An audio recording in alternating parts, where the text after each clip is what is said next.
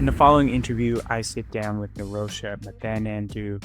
Nirosha is the founder and chief marketing maven at Sati Marketing, which is a boutique marketing agency and consultancy for B2B software companies, helping through fractional COO and CMO work.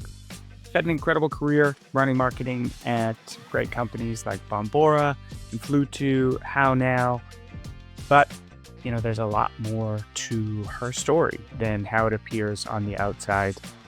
And, I will give a heads up to listeners that this episode does touch on mental and physical abuse. So if that is triggering for you, then this might not be the episode for you. Just a heads up. Now, before we get to the episode, this episode is brought to you by our partners at optimizing.ai. Their emotion detection technology uses AI to reveal exactly how your audience feels about your product demos, campaigns, tutorials, onboarding videos, or really any digital experience. And it's going to track all vital signs and stress levels so you can build products, marketing experiences that people actually enjoy interacting with. So please go support them and check them out in the show notes below. And last but not least, of course, our second partner is Dream Fuel. They are a mental performance coaching platform for leaders and teams. Obviously, we talk a lot about the importance of mental wellness and mental well-being on this podcast. And we often talk about it through the lens of improving lives, and or finding more happiness and finding more peace. But I think the beautiful thing is that happy and fulfilled people who find meaning in the work also get much better results. And so, Greenlight Guru started working with the Dream Fuel team and saw a 44% increase in sales with the AEs that had mental performance coaching and training. 44% increase is insane. So, lowering stress levels, feeling more confident, and overachieving, that's the trifecta. So whether you feel like you need an edge yourself or you think your team could use an edge, I would 100% take Dream Fuel up on their offer for free one-to-one coaching sessions. Go to the website, dreamfuel.com, just put in wake up call, and I believe there's still a handful of those free sessions available this month. That's it, that's all. Now on to my very honest, very real episode with Nirosha. I think you'll enjoy it.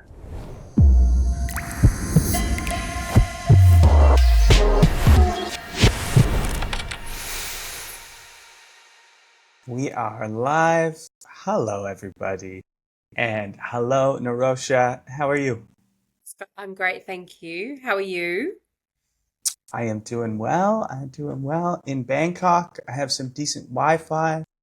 And I have learned on the road that that's a luxury you don't always have. So it's very, very exciting. Get to record some episodes again. And I've been really excited about this discussion. I know you and I have been talking really since I kicked this off, and you have an incredibly powerful story, and we've been lucky enough to kind of know each other for a while and do some stuff back when you were at Bombora and through the sales hacker days and things, and have a kind of a working relationship, but never got to really break that third wall. So I'm super excited to do that with you today. I guess I'll start with the easiest question I can think of, and you'll learn that it's not an easy question, but who is Nirosha? Nirosha. Yeah, that's good. It is a very difficult question. I don't think I know who I am. Probably partly because I'm a Gemini. So I don't know if you know, but Geminis have this reputation of being, I think it's like two-faced or something like that, but I feel like it's multiple personalities. Depends on where I am, um, from a life perspective, who I'm interacting with, but generally, I'm a kind-hearted person. I'm a driven person. Um, I'm I feel like a global citizen at this point. Mm-hmm. I was going to say my heritage is Sri Lankan, but I was my heritage is Sri Lankan. I was born in London. I grew up in Australia. We connected when I was at Bombora in the US. I spent the last 10 years there, and now I'm back in London. So yeah, I guess I'm an explorer and I'm an adventurer, and that's something I am definitely, and I've definitely sort of become. Um, so yeah, yeah, it's a hard question to answer for me, Mhm. from that perspective. But yeah, I will say the Nirosha at work versus the Nirosha personally is probably, there's crossover, but there are very certain differences as well from Yeah, that perspective. I can resonate with that pretty deeply. I kind of call it, these different characters, and I would just kind of like put on a character for a day and let's go play VC Scott today, or let's go play, this version. And um, I don't know if you've struggled with this or found this, but um, I think switching between characters, personalities, and it's all us. It's not like Yeah, we're completely changing. I think sometimes we just all of those attributes are in us, but sometimes we are like, okay, the driven part of me, that I'm going to heighten that part, and the explorer yeah, part I'm going to suppress for now. Um, I found switching between them, and I've done a lot of reflecting on my burnout. Switching between characters took a tremendous amount of energy, and I don't know if that's something that feels true to you as well. yeah, yeah, 100%.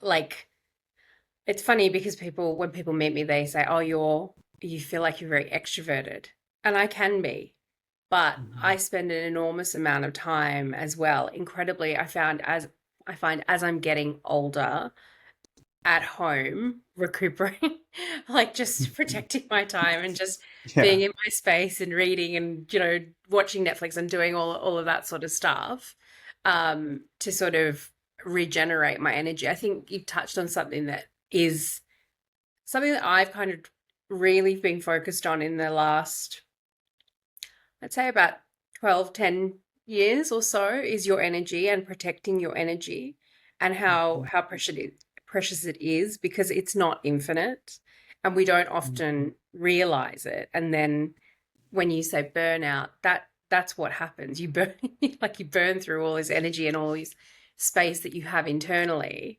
Um, and it's not a good outcome. Mhm. What are some ways you found, and I totally agree, to Mm. protect your energy? I think for me, I did kind of what you described, and unfortunately didn't work too well. I would expend a tremendous amount of energy, a lot of that people pleasing, a lot of that, trying to, yeah, I guess it's like people pleasing. I didn't admit that for the longest time, but I'm most definitely a people pleaser. Yeah. And then I would feel depleted, and then I would retreat solo and go a few days not answering messages, and that was kind of how I tried to protect my energy, Yeah. but I wasn't very successful at it. Is there any things that you do that help you kind of protect that energy? I think, you know, I do retreat as well. I think that's like it's a common practice. I do Mhm. it more so now without guilt. Mm, I mm, think that's a big part of it for me. Um, I give I give myself permission to, if I have a day where I'm not feeling great or I need that energy, I give myself permission to have that day and mm. I choose it.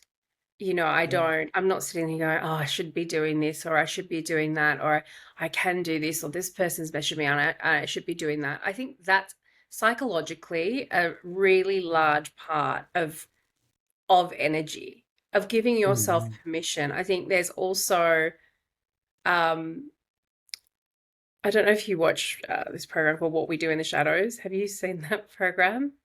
No. Um, okay, it's a program about vampires basically, and it's comedy. It's very funny. Hmm. But in it, there's a character, and he's an energy vampire, and so his sole purpose, the way he sort of feeds himself, it's not this typical way. It's on energy. So he just goes and drains people by being, um, you We know, all know a couple of those. right. So, you know, and I think before I used to kind of you sort of tolerate people, to some degree, and you have to, right? In work and life, you need to. You come across different people from different backgrounds, different motivations, la la la. But what I have learned to do is identify people who are like that in my life, and I kind of got this from my mum. I'll kind of just distance, I'll keep that distance where it's comfortable for me, where I can expend energy with them, but I'm not like overexpending, and knowing what my limits are. And I think that's the other thing, knowing what your limits are, knowing where your balance needs to be. And when you say people pleasing, I can relate to that. I used to sort of go above and beyond what I needed to do personally and professionally, to be helpful, or to, do what I needed to do to make sure that, I was doing the best I could, right? But to my own detriment. Um, and I think that's one of the things that really helps, is like knowing what your limits are. It's okay to work, and it's okay to work hard. But for me, one of the things I do is, everything else sort of falls off. And, things like, and sometimes things will fall off. It's a balance of life, right? But things like to do with your health and well-being.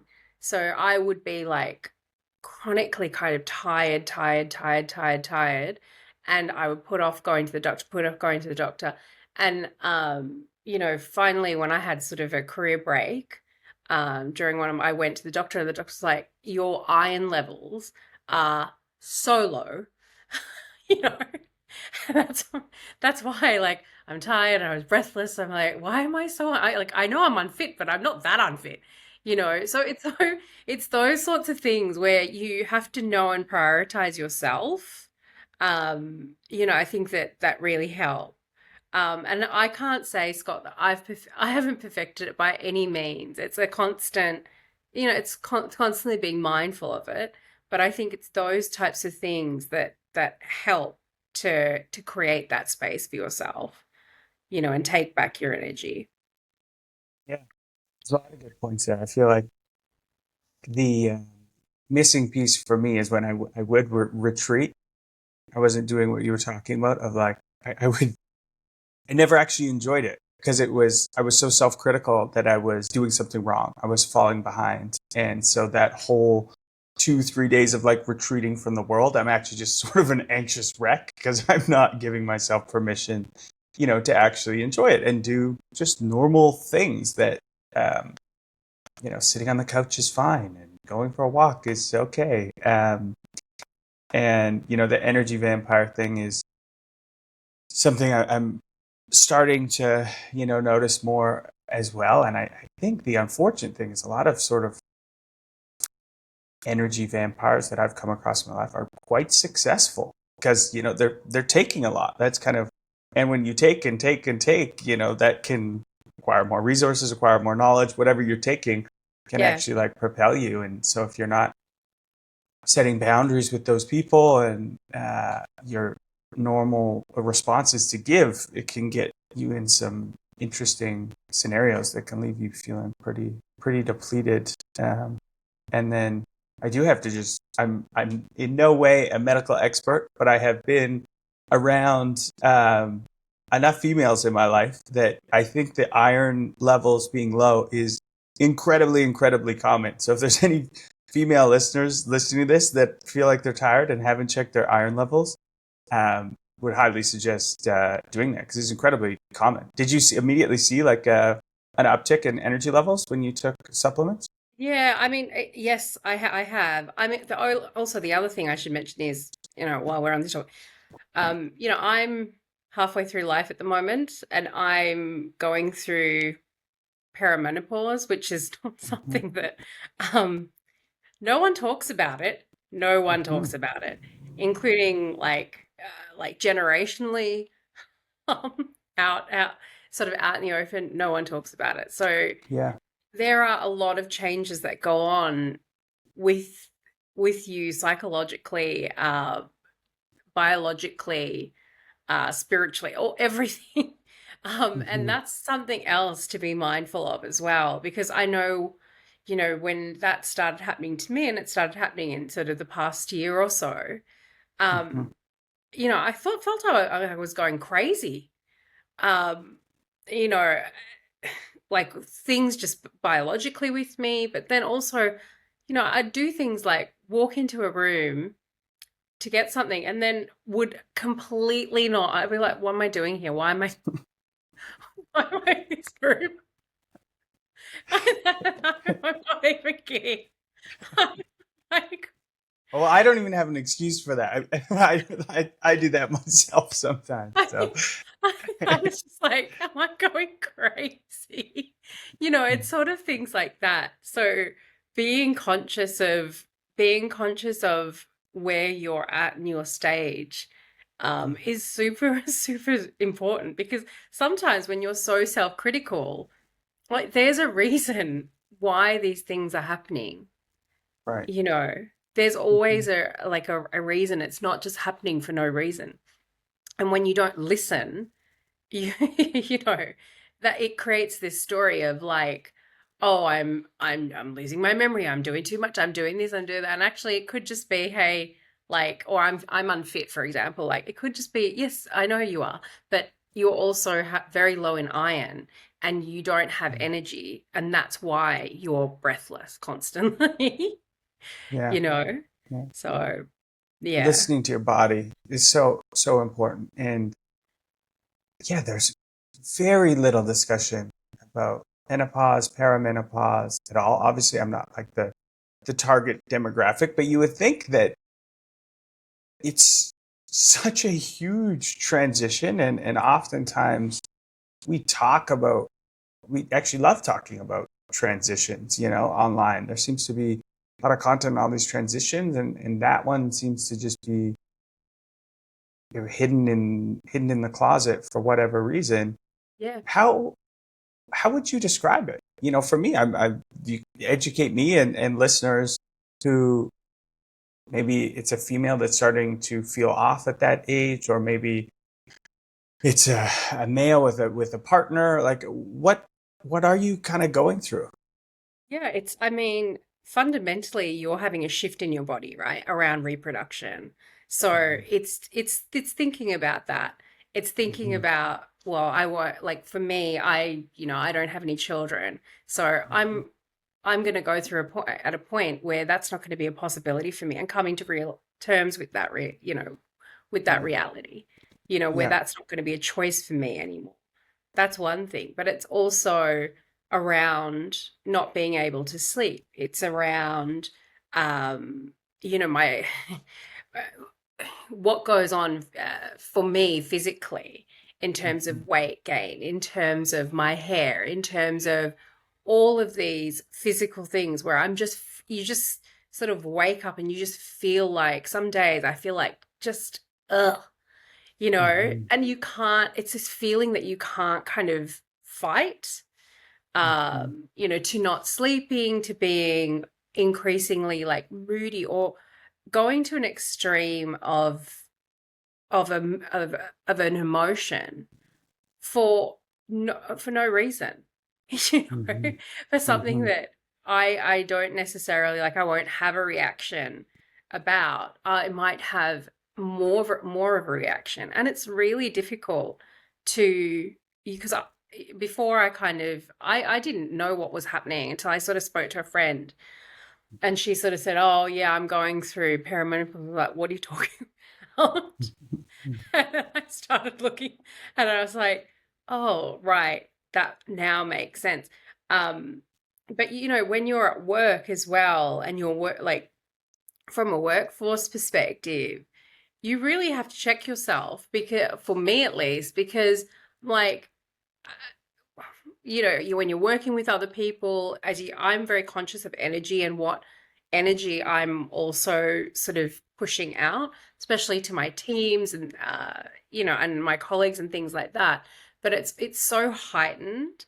So it's around that, and it's around just having some empathy and having some transparency around it as well. I remember saying to the CEO of of my employer, like, and I'm very candid, from that perspective. I said, I'm just trying to figure out what's going on with my phone. I feel like I'm going crazy. But you have to have that kind of level of honesty, and communicate with people, because I think that one of the other things about it is what you've touched on is no one talks about it.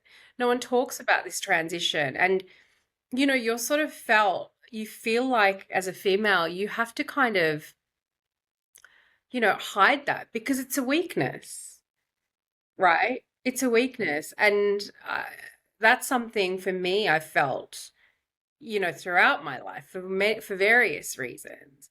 But whatever you're sort of going through, or whatever your traits are, you have to kind of, you know, build this armor up and shield yourself from and hide it, because it's seen as a weakness, and you're not as competent, or you're not as capable, or you're not as whatever it is, because of these traits. And there's already that layer that exists because of that. And then this is something else on top of it. So I think most importantly is to communicate and be a bit transparent around it. But again, depends on where you are in life and what you have going on. It's, I imagine there's got to be, I'm trying to think of like a weakness, yes, maybe, but there's got to be superpowers in there as well. Increasing levels of like empathy, even your heightened awareness around different energy. Like there's a lot of superpowers in there too that maybe we're missing out on by trying to like suppress some of this. And I do imagine this feeling of, and I think I'm just starting to have true kind of like glimpses of it. But I imagine something like perimenopause would really put it front and center, is like coming to grips with your own mortality. You're having these symptoms, biological responses, and it's almost like forcing you to look at, oh, this won't go on forever, Yeah. which is the luxury we have in our 20s and 30s is I think it's a nice evolutionary thing where we think we'll live forever, but then at some point you're faced with the reality Yeah. of the situation. Yeah, 100%. And I think that's the other thing, like realizing you're not infinite, um, is a big is another part of what goes into, like, when you really start to think about yourself, and who you are and what you're doing. It was, I'm sort of, I look at it as I'm halfway through life now. If I'm lucky, you never know what's going to happen. But, you kind of start to think about, okay, well, what does the rest of it look like? And what have I left behind? Or what am I leaving behind? From that perspective. So it becomes, I think, very important, and a real marker and a real change. It's something I've seen lately, and maybe I get them because I'm, targeted, because everything's targeted these days. But there's these, there's an increase of, women in their midlife, let's say, blowing up their lives because, because that's where they're at. It's sort of around their mortality. And, in fact, that's where I'm at as well, kind of questioning, okay, well, what is for me? What's next? What am I doing? What do I want to leave behind? From that perspective. I think it's a really important question. It's an important question everyone needs to ask themselves. Yeah. Before we hit record, you were talking about this piece of street art that you walked by and it had an impact on you. And I believe you said it. It said, "Is this what I really want?" Yeah. And I think that question, and we talked about this, it's like it's maybe a luxury. It is a luxury to be able to ask yourself that question. But if you do get to a place where you can, I think it's so incredibly important to do so, or it will lead to a lot of unhappiness and a lot of just friction in your life. I know that's how I felt, and I see a lot of sort of parallels in our own ways in my journey and in your journey of Yeah. I see outwardly your drive and going and becoming a VP of marketing. That's an incredibly difficult thing to do. There's so many different steps to get there, and going and pushing, especially, and then your transition into tech and just keep going, and you kind of got to the pinnacle of your profession, and then you get there and it's like, okay, well, now what? This was supposed to be this was the end goal, and the end goal doesn't feel like I hoped it would. I guess one of my questions is, have you thought sort of where your initial drive comes from? Because I think ambition, drive, these are all great qualities. Do you know where that came from, at least in your, we'll call it like the first mountain of you being able to achieve some really incredible things in your career? Yeah, I mean, I think base drive really comes from being an underdog. It's, if I'm honest about it. I've always I've always felt like that, rightly or wrongly so, in some cases. But being different, being I guess, if I go take the psychological route back to when I was a young girl, I was different, and I grew up somewhere where being different, I mean, it's never great to be different when you're a kid, because you just want to fit in with everyone and you want to be the same as everyone, and you're not, and you try and be, but you just can't be. I have a very immediate physical difference, to my peers at that time, and it wasn't very culturally diverse. I grew up in Australia, and so always kind of, I guess, feeling like I was lesser than and being the underdog, really sort of drove me to be better. Also, it's a cultural thing. I'm Asian. Asian Asian culture, but oh my God, if you're getting C or B or whatever it is, it's not good enough unless you get A plus plus plus whatever. It's not great. So it's something that culturally, it's something that's instilled in me, but also having that feeling for myself of, what, I don't want to always be this. I want to be better. I want to drive. I want to strive and achieve. And that's where the drive does come from, for me, a lot. And it's rightly or wrongly so, because, I still have a bit of that mentality. And sometimes you have to also graduate from that. Because as you said, I am at the table, and I have been at the table of some, a couple of different companies, and it's coming out of that mentality of being like, you know what, it's valid what I'm saying. I'm not sitting here as the coordinator that I was, not that's where I started, unsure of what I'm saying or doing. It's being confident in my own self around what I'm saying and doing. And that's hard.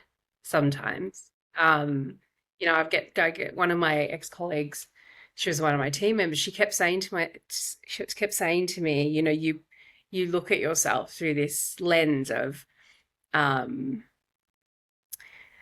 what's the word? Like, I'm very self-depreciating. So like, I'll kind of backtrack on on what I say in sort of a trying to be humble way, and that's another cultural trait as well. Not to be like typically you don't find Asians coming in and being like, how I got this idea, it's fantastic and it's going to work and we're gonna it's gonna blow your mind. I'm definitely not a person, and that's It's an not. Asian and an Aussie thing. That's also part of the Yes, Aussie is like, yes, the tall poppy gets, whacked or yeah, whatever. yeah. That is true. That is very true. So I've got it on double front. Both. So, but having that confidence and also knowing that like some people won't like what I'm saying, but it's okay. Mhm. And some people may, but also recognizing that from that perspective. So it comes with a lot of layers to it. But yeah, Mhm. that's something that I guess has influenced me. Yeah, yeah. It's been interesting recording these and seeing kind of similarities of Yeah.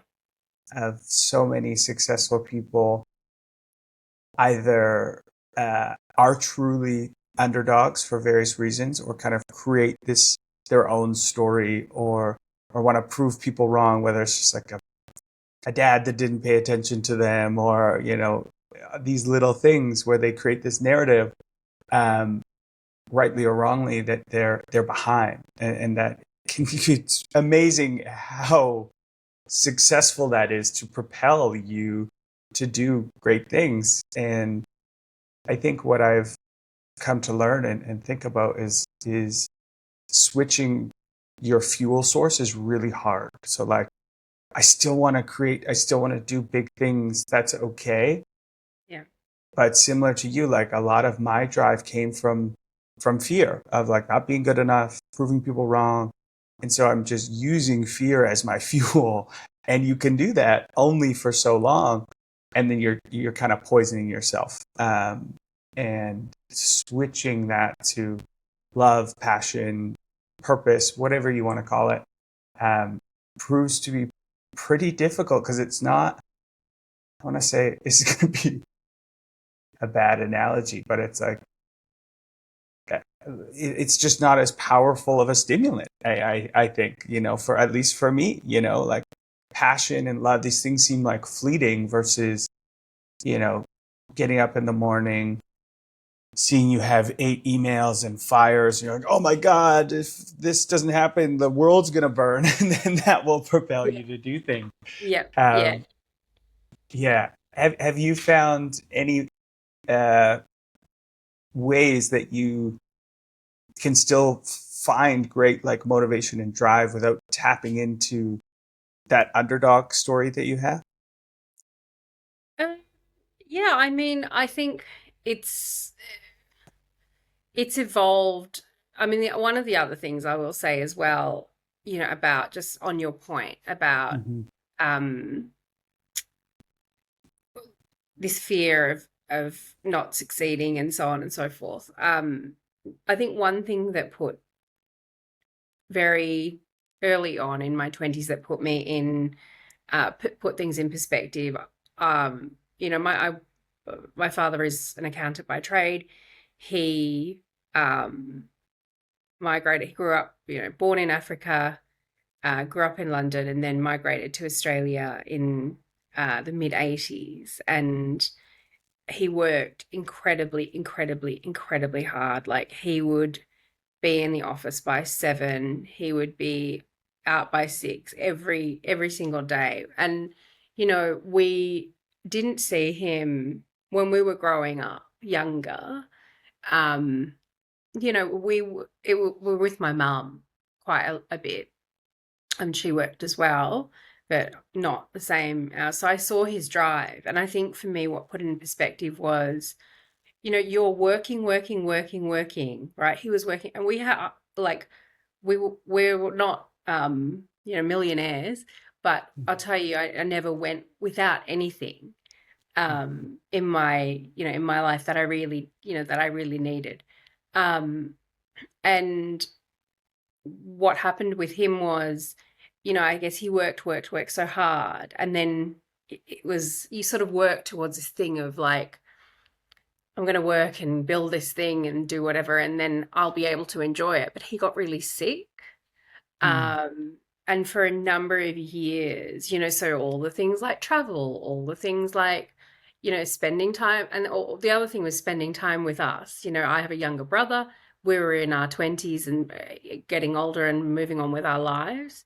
Um, and then his health as well. It kind of just put it in perspective for me around, cool, like it's good to work, it's good to be successful, but at the same time, you have to have balance of what you're doing and where you're spending time and doing the things that you are passionate about. And I think for you, that I understand that fear of like, and having that drive and as a motivator, because I am very much like that.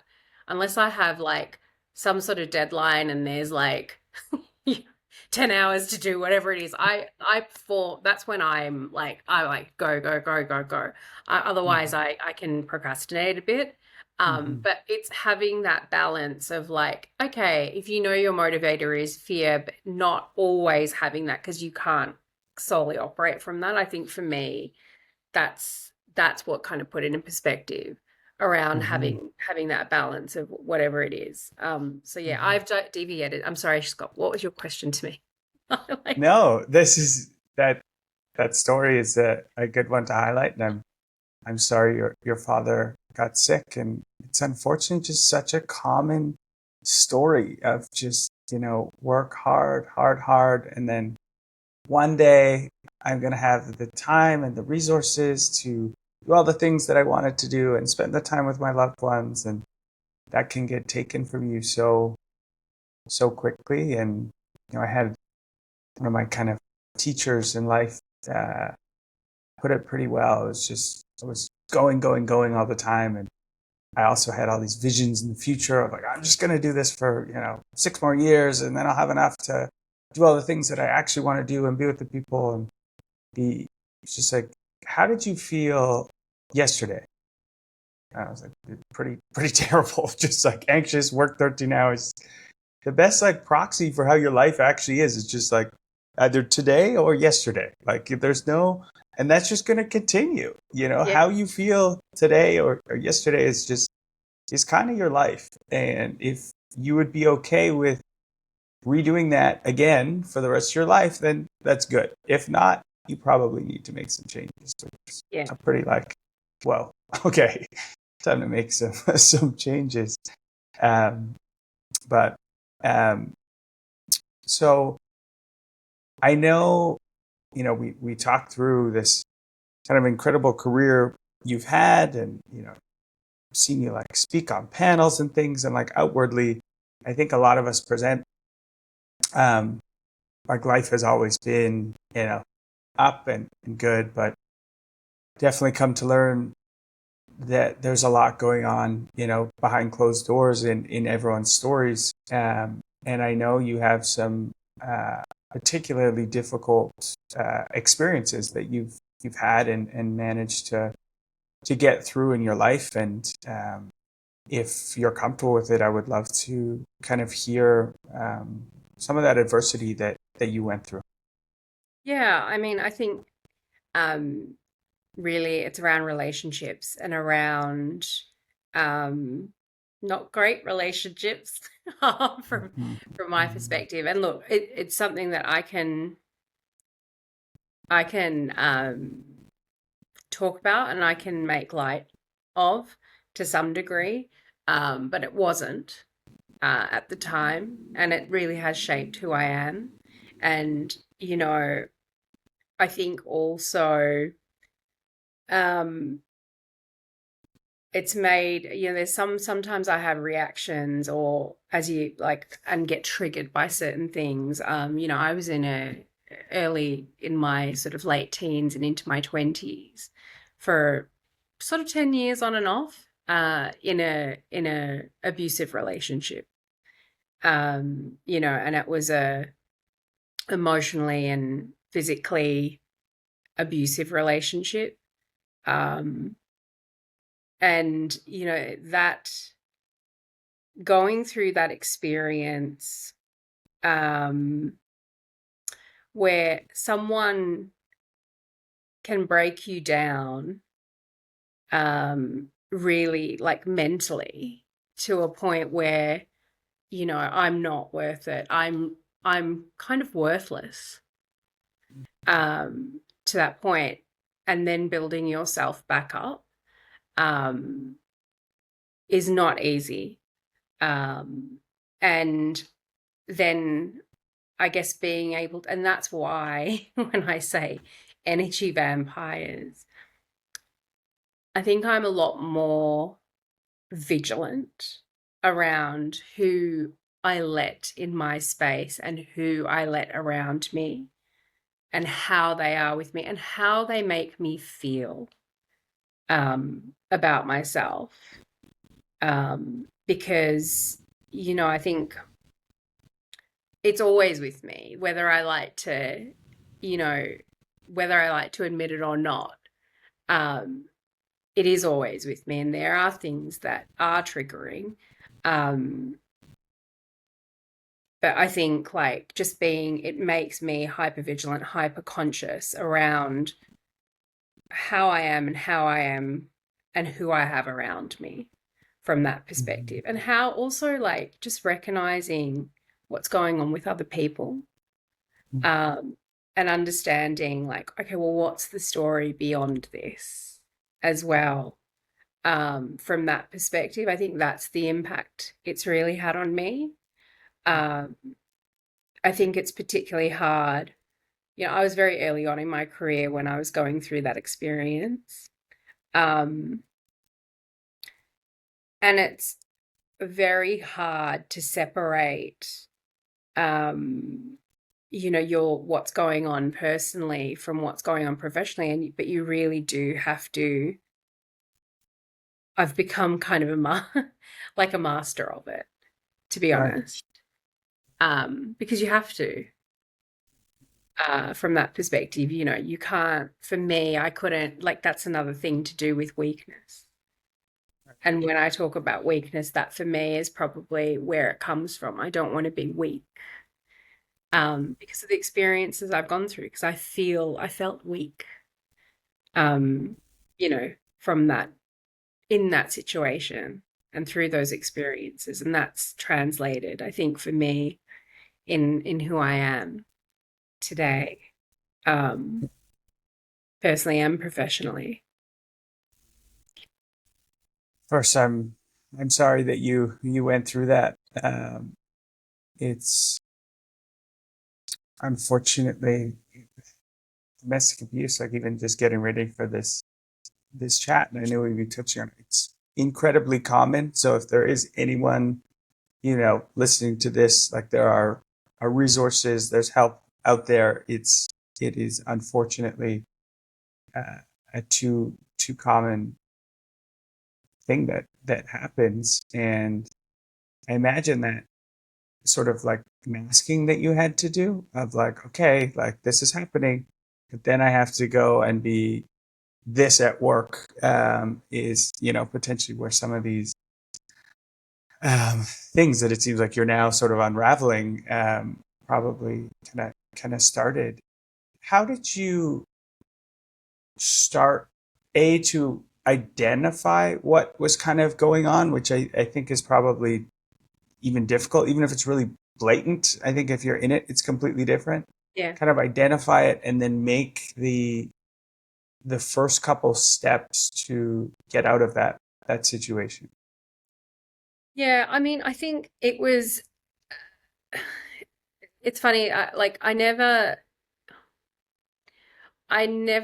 never see it until you're out of it, to be honest. Mhm. Even when people used to point it out to me, from my parents to my friends and family, you're kind of in denial. But things, and I was very young. I was very young when I was in this relationship.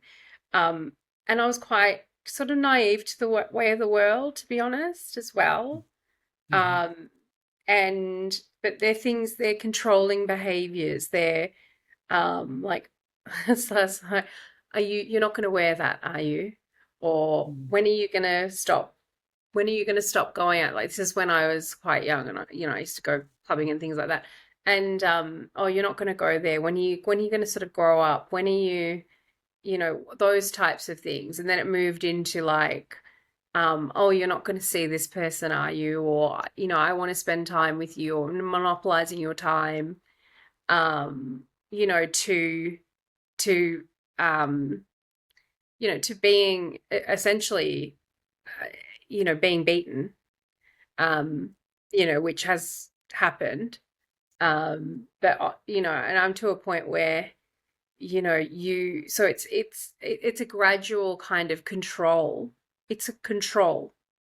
Um, and like, um, people do things for different reasons. Um, and I think, when they don't have control, they like to control whoever they can in their life, if that makes sense. Uh, yeah. So, for me, those were the signs that you can start to see. And I think there's a greater awareness around it, um, now in terms of what's happening. But when I'm of the generation that, um, when the internet was kind of introduced, there wasn't all this dissemination of information, and there wasn't awareness around, the support available, or what's happening, or, even if you look at like the Me Too and, all of the stuff that's sort of come from that, it's a lot more, I think, easier to recognize, but you can be more aware of it, than I necessarily was when it was happening to me, from that perspective. But it's those types of behaviors. And look, it's not only in relationships that those types of behaviors can occur. And I think that's why as well, even at work, you can kind of, I've had this ability to be able to see where people have those traits, or have that kind of, um or what's the word? Yeah, sort of have that in them. It's that need for control, and then be able to kind of step back and think about, okay, well, why? Why is it that they're doing that? Why is it that they're, obviously a work situation is different, but it's the same psychology that you can, apply from that perspective. Um, yeah, so I think that's where things started, and what I've identified in terms of what actually it is, like whatever the abuse is, whether it's physical, emotional, whatever, like, it's about control. Did young Nirosha then rebuild from what I imagine is like a complete dissolution of self, right? I imagine your confidence is very broken, your trust in other people is very broken. Yeah. How did you start to rebuild those things, once you were on the other side of that relationship? I mean, it was a very gradual thing. It wasn't an immediate, and I was still in the relationship as well, Mm. um, while I was doing that. Um, but it was really, I guess, stepping back from and taking some of my own space. Um, Mhm. it was finding things for myself, um, whether it was travel. So, I'm in London right now. This is my fourth time in my adult life living in London. Um, and the first couple of times I came here was to, and again, I was in a fortunate position that I guess my parents have been incredibly like beyond anything that I think parents could and should do. But they allowed me that opportunity to come here, and so I had that sort of break, physically Yeah. to have that perspective and have that opportunity to see and build a life outside it. And it was a slow process.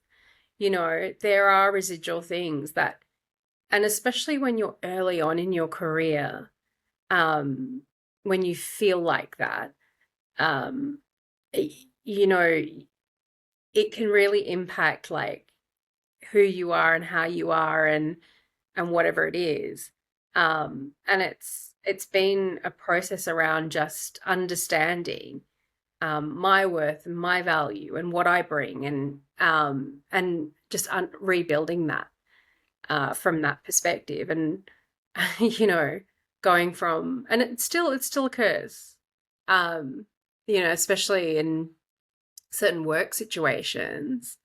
You can have that feeling, but it's just really being reinforcing around what it is that you bring from that perspective. So, I can't say there's any one thing, to be honest. It's a real process. But I think, what really helped me was having family and friends that I could really rely on, who, never got sick of me, never got sick of me, and didn't give up on me either, you know? That was really important. And I know for them, like, it was interesting.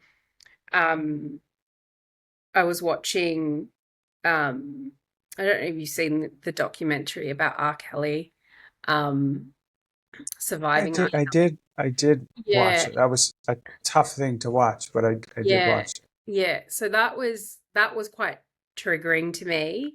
Hmm. But because I felt for those parents, and I felt for those families and the suffering that they went through and they were going through because like, for me, I carry that with me, that's something I chose for myself, but it had an impact on them. And that was quite triggering from that perspective. But like having that support network, because it's like banging your head against a wall when you're trying to help someone, but just being there and listening um and not judging, I think that was something that was very helpful. um, and core to kind of doing it. And the thing is, you go through these feelings of like you're questioning yourself, right? And who you are and what what worth you have. Because you have someone, if someone tells you 100 times, someone who you love and care about, no one's going to put up with you. No one, you're not, who would put up with you? You're like basically telling you that you're not worth it.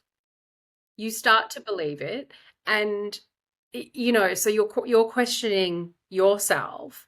And so it's hard to break out of something, and it's hard to, someone can tell you 10 times, you're not this person. You don't have to exist with the person. You don't have to. It's very, very hard to, that's why they have battered wife syndrome. I can understand that, because it's something that unless you go through it psychologically, it's very difficult to empathize with it. It's like, oh, well, why, you could just get up and walk away. For some people you can't. I mean, I had compared to some people who have families or who are married or who have financial, things like that, like it's very difficult. But the hardest part is the psychological part, and having that space to psychologically, uncouple from who you are over here to who you could be, and what your worth is. That's invaluable, as well as and having these people who like are constantly sort of checking in on you, making sure that you're looking after yourself or putting you first. Those are the things that make a difference. Can't imagine, how difficult that would be. And yeah, I feel like you're not living in the same reality as the people that are like giving the advice, because you're with someone who's controlling your existence essentially, and so you're not seeing the world as it is. You're seeing this constructed, world.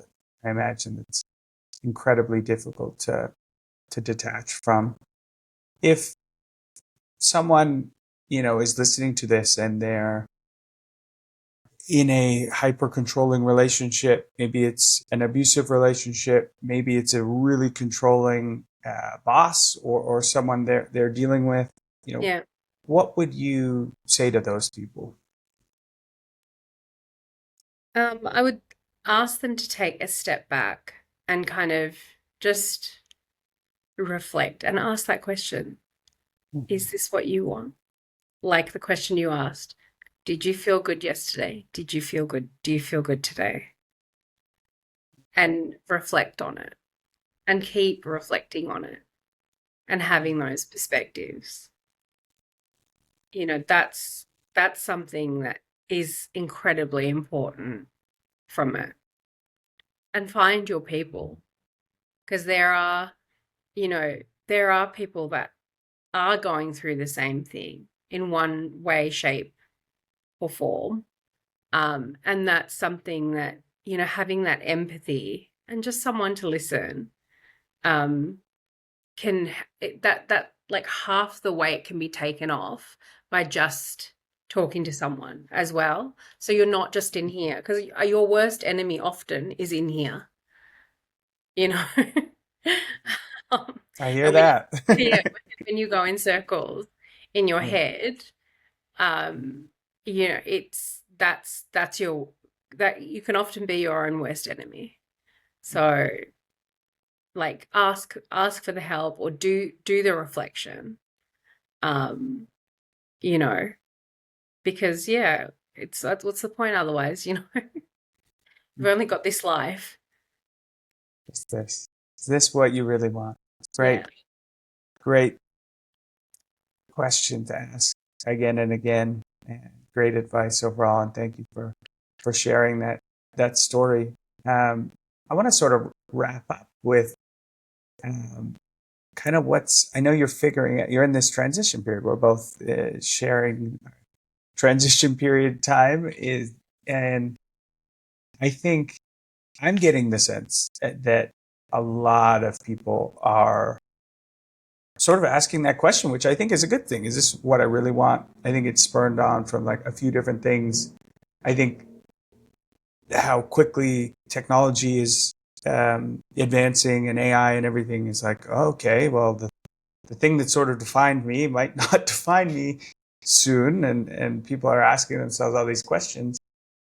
And I know you don't know what, your future holds yet. You're still trying to figure it out. But can you walk me through sort of the process you're going through right now, like trying to think about what might come next? Yeah, I mean, I think for me, I've been in marketing for, close to 20 years now. And I've every time when you meet people, they ask you, do you like what you do? Do you enjoy it? And yes, I do. I enjoy certain aspects of it. And I can't complain, because I'll tell you what, it's taken me around the world and allowed me to have some amazing experiences. I think the way in which marketing is going right now, especially with you can't you can't you can't deny AI. I think it's more prevalent in marketing because the way it's being used, at least in my immediate sphere, is very it's very intrusive. I'll say it's very intrusive. And I use that word purposely around intrusive, because I think it's being used in a way that isn't necessarily the best way it can be used. And it feels like a race to kind of catch up, and it feels like that's the whole focus of it. And I think for me, what I really love about marketing is the human, because that's what essentially it comes down to. It's around the psychology of how you connect with the human, whatever it is you're marketing. It's that human element of connecting and making people kind of realize, hey, I've got something that you might be interested in. So I think for me, I am kind of thinking about whether I continue down that path or how I continue down that path. There are things that I'm kind of thinking of, and especially even as I've kind of advanced in my career, there are parts of business that I am interested in and that I like seeing. I like seeing across a whole business. I like seeing, how the dots connect across the commercials. I like seeing the operational nature and the process and things that need to be done. So I'm looking at and thinking about those sorts of things to myself. I've really enjoyed mentoring and coaching teams and seeing them come up. Like that gives me immense pleasure to see team members that I've kind of worked with grow and develop and just flourish. I love that. Maybe it's my substitute for children. Probably a little bit from that perspective. So it's like understanding and really trying to reflect on, okay, marketing as I know it is not going to be the same. I think if you look at, I think marketing will be fundamentally different in about 2 years' time, if not sooner. So what does that look like? What are the things that I have enjoyed in my role that doesn't just keep, because whether your title is VP marketing, head of marketing, CMO, whatever it is, if you're the one heading up the marketing, you're the one heading up the marketing. And at that top role, you're not necessarily just here in this bubble of like, oh, I have to do this and I have to do that. And, being so tactical, although in a startup you definitely are. But you also have to think about, well, how does this connect to product? How does this connect to customer experience? How does this connect to sales? What does this look like from a financial? What does this look like for the board, and so on and so forth, right? So you get for me, that expands across the business from that perspective. And there are things in there that I've sort of grasped on and I find very interesting. And that's where my growth is from that perspective. So I'm looking at that. I'm also looking at, my background from an academic perspective was psychology and sociology. And then I did my postgrad in public relations. And so I'm coming back to that a bit in terms of, okay, cool. Let's look at, if I have another 20, 25 years of work, what does that look like? What does that actually look like in terms of what is going to be the most sustainable for me for work? Like, I know as well, you can't keep working and having no balance to certain things. So what does that look like in terms of the psychology, perhaps? What does that look like in terms of, whether it's coaching or counseling or things like that? So it's all of those sorts of things that I'm trying to look at and feel out from that perspective. And I'm trying to look at also, okay, well, what can I help with? You know, there's when you and I worked together, I worked in MarTech and AdTech. I've worked in educational technology as well, more and more recently. But it's looking at, okay, well, what are those industries where things are, you know, are going to be needed? They're going to make an impact. They are going to connect to the human. It's all those sorts of things that I'm trying to kind of think about and look at and, frankly, have the luxury at the moment to do that. Um, but those are the things that I'm sort of thinking and looking at, and that's what my process is looking like at the moment. From that perspective. But I have allowed myself also a significant amount of time just to not think about it and be, go and be with family and travel and do the things that fill me up, as a person. um, from that perspective, because I think that's an important part of it as well. Sometimes when you're struggling with what you want, sometimes you get the most clarity when you're not even thinking about it, from Yeah, that perspective. I think many people will relate to kind of the mental thought process that you just described. I feel like that's anyone who's in tech is sort of having those conversations, whether they're in seat or on a sabbatical or whatever it may be. And I think your last point is really, really important.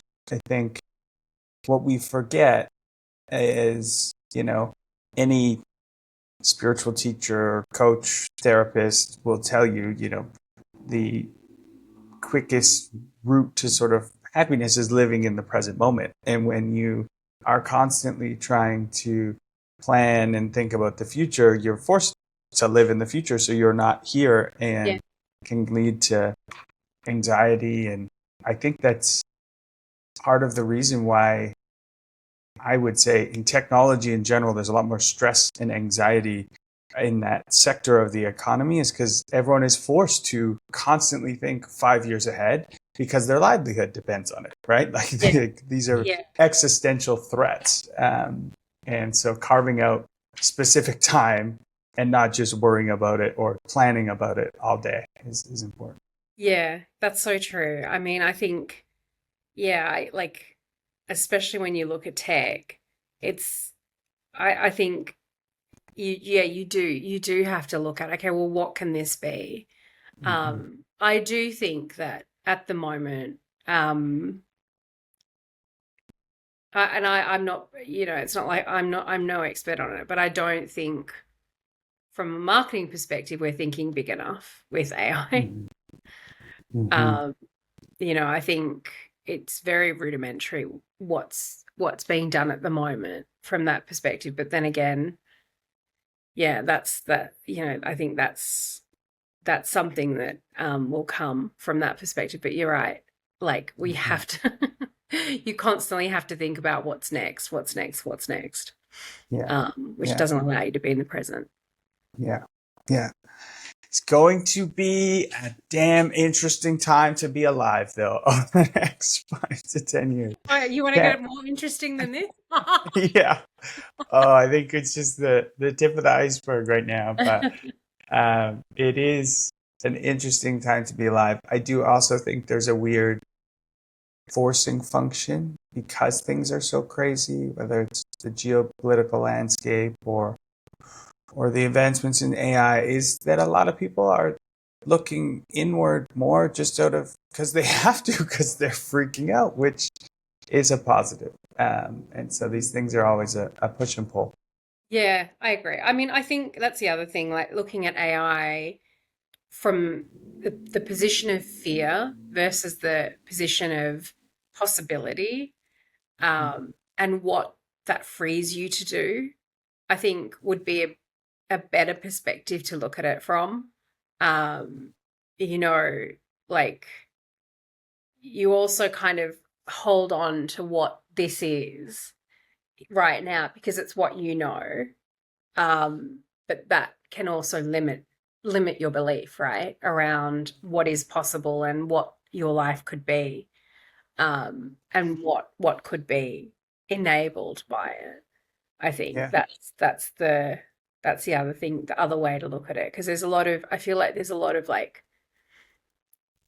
kind of fear mongering around it, of like, oh, Yeah. are you worried about it's gonna take your job, or you need to know this, or you need to know that, or you whatever. I don't know. I think one thing I will say is with marketing, I've always seen this, over the years, it's like, this is dead, you need to know about this. This is dead, you need to know. Mhm. Like, Yeah. nothing is ever Fear, dead. fear sells. Fear Yeah, sells. fear definitely sells, but also, like, nothing is ever dead.